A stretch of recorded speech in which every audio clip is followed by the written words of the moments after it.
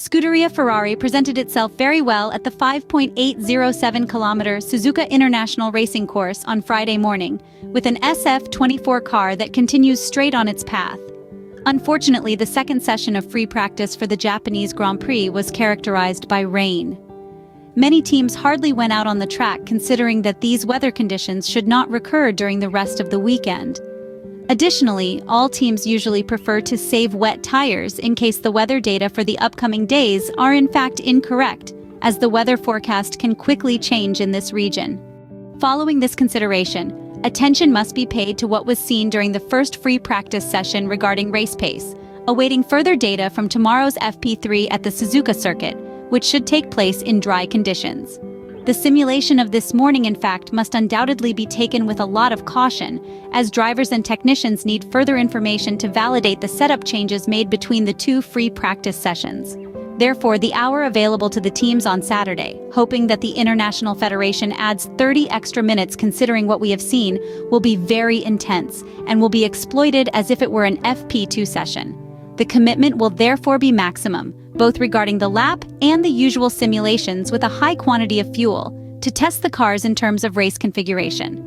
The weather forecasts should be favorable, and the engineers should therefore be able to collect a lot of useful data in view of qualifying session and Sunday's Japanese Grand Prix. Going into detail on what was seen in the first free practice session, it seems that Ferrari has optimized the setup, focusing mainly on race pace. The red cars have overall achieved better results on average compared to competitors, disregarding the time-related data concerning McLaren, given the fact that the Woking cars most likely simulated with a significantly lower amount of fuel. Carlos Sainz and Charles Leclerc even maintained a faster pace than Max Verstappen, with the Spaniard leaving the world champion nearly a second behind per lap. This, of course, should be evaluated with a caution, as the Red Bull RB20 of the Dutchman clearly ran with more fuel in FP1. Moving on to other teams, we notice a slower race pace for the two Mercedes drivers and Fernando Alonso. The two British F1 teams at the moment once again confirm a performance not up to the top teams, highlighting a lack of performance that does not give them great hope of fighting with Ferrari and Red Bull for a place on the Suzuka podium.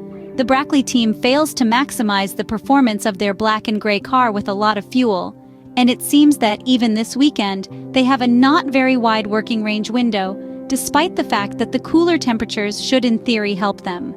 George Russell and Lewis Hamilton, therefore, could have difficulties managing the tires over long stints in the race. Although it is still very early to give a proper judgment, and we have to wait for the last session before qualifying, it seems that the temperature of the rear tires tends to rise beyond the ideal operating range, causing some wear to the compounds as a result. By analyzing the telemetry data concerning tire degradation, we can reinforce the consideration previously made. It can be noticed, in fact, how the dashed line relating to the performance of the seven-time Formula One world champion Lewis Hamilton has one of the steepest slopes when compared to the other cars. In the 7 laps of simulation, the future Ferrari driver slowed down his overall pace by 2 seconds between the beginning and the end of the stint.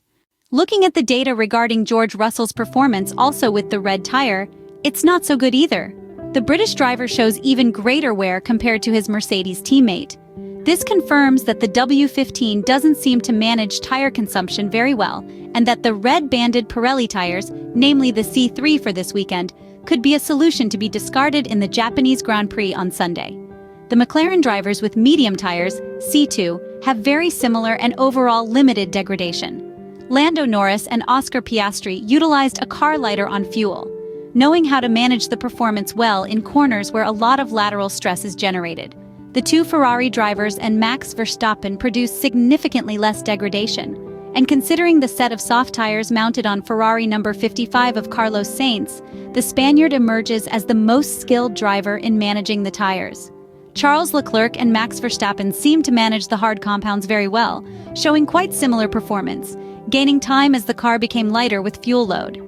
The loss of performance from the tire was therefore less than the loss of fuel, which is known as negative degradation.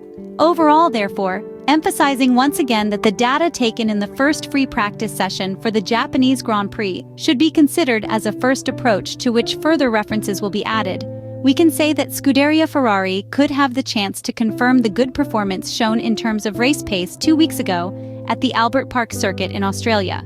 These are still marginal references in view of this Japanese F1 weekend, but they offer an initial indication and once again underline the SF24's ability to be ready as soon as it hits the track. All that remains is to wait for Saturday to learn more about the real potential of the teams at the Suzuka circuit.